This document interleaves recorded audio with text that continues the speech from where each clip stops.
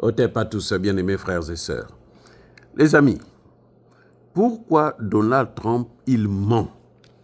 C'est-à-dire qu'il passe son temps à mentir.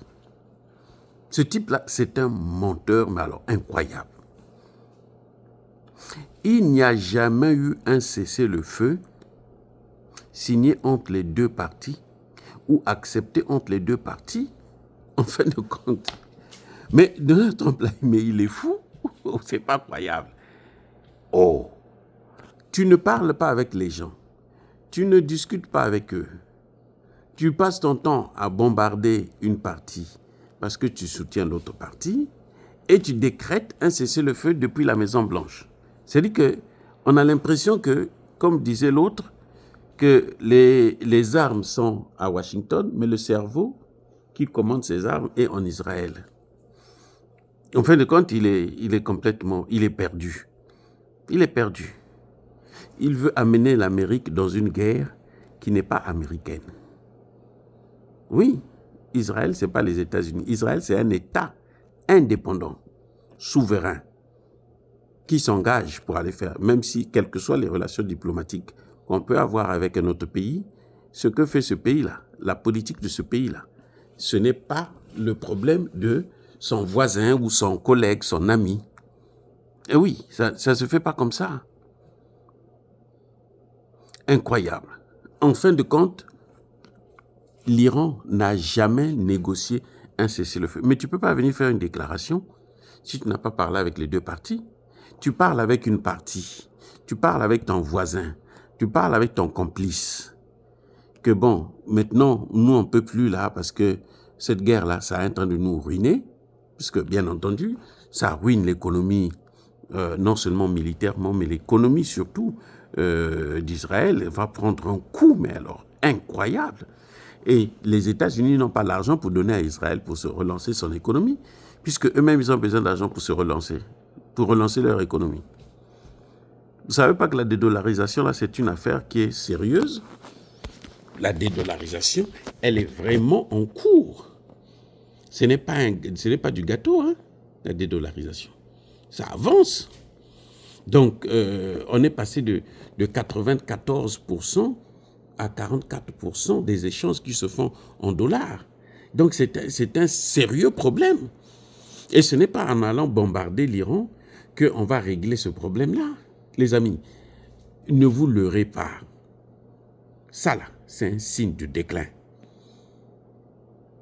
Et M. Trump se lève, non, après avoir bombardé l'Iran, non, je félicite les deux parties. Quand il dit « je félicite les deux parties », ça veut dire qu'il a parlé avec les deux parties se sont assis, et puis, bon, comme s'il y avait des négociations secrètes qui se passaient entre l'Iran et Israël. Non, il n'y a rien de tout ça.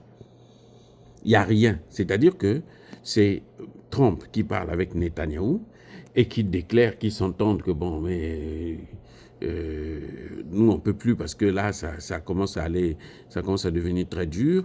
Donc, il faut que tu décrètes un cessez-le-feu. Et il décrète un cessez-le-feu à la Maison-Blanche et il s'attend à ce que l'Iran puisse respecter le cessez-le-feu là. L'Iran est prêt à respecter le cessez-le-feu. Je vous dis, l'Iran est prêt. L'Iran n'a pas besoin de cette guerre.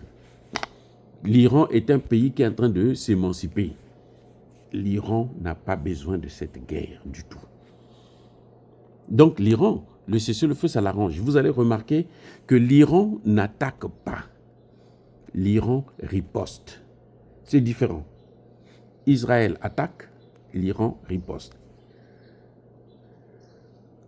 Quand l'Iran riposte, Israël aussi riposte. Encore. Et ça devient une seconde attaque. Ainsi de suite. Il ne fait qu'attaquer, attaquer, attaquer. Elle attaque, l'Iran riposte. Elle attaque, l'Iran riposte. Les États-Unis ont attaqué l'Iran, non? Une fois, ils ont bombardé.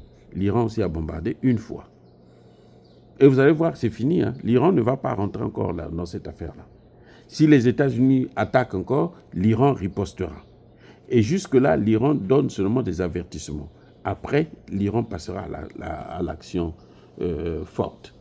Mais alors, il n'y aura plus de pitié. On fait la guerre jusqu'à la guerre. Voilà comment ça va se passer. Donc, moi, je suis scandalisé. Moi, je croyais, quand j'ai entendu Donald Trump dire que, bon, je félicite les deux partis, que Dieu bénisse les deux partis, en plus, il mêle toujours Dieu dans ses manigances, dans ses mensonges, dans ses manipulations. Il croit que c'est comme ça que Dieu va les bénir. Non, Dieu ne le bénira jamais comme ça. Les amis, ne nous leurrons pas. Dieu ne peut pas vous bénir si vous passez votre temps à détruire d'autres pays que Dieu a créés. Non, ce n'est pas possible. Ce n'est pas possible, jamais. Et puis tu passes ton temps à mentir. Là, c'est encore un mensonge. C'est un mensonge grossier. Tu viens de dire, il y a eu le cessez-le-feu, voilà. Et maintenant, il est confus puisque le cessez-le-feu n'est pas respecté. Ah oui, il n'est pas respecté. Les amis, c'est malheureux. Moi, je suis vraiment déçu du comportement de Donald Trump, hein, parce que, bon, c'est pas parce que tu es le président américain que, bon, tu peux te permettre de faire n'importe quoi. Non, même le président américain doit respecter un certain nombre de règles. Soyez bénis.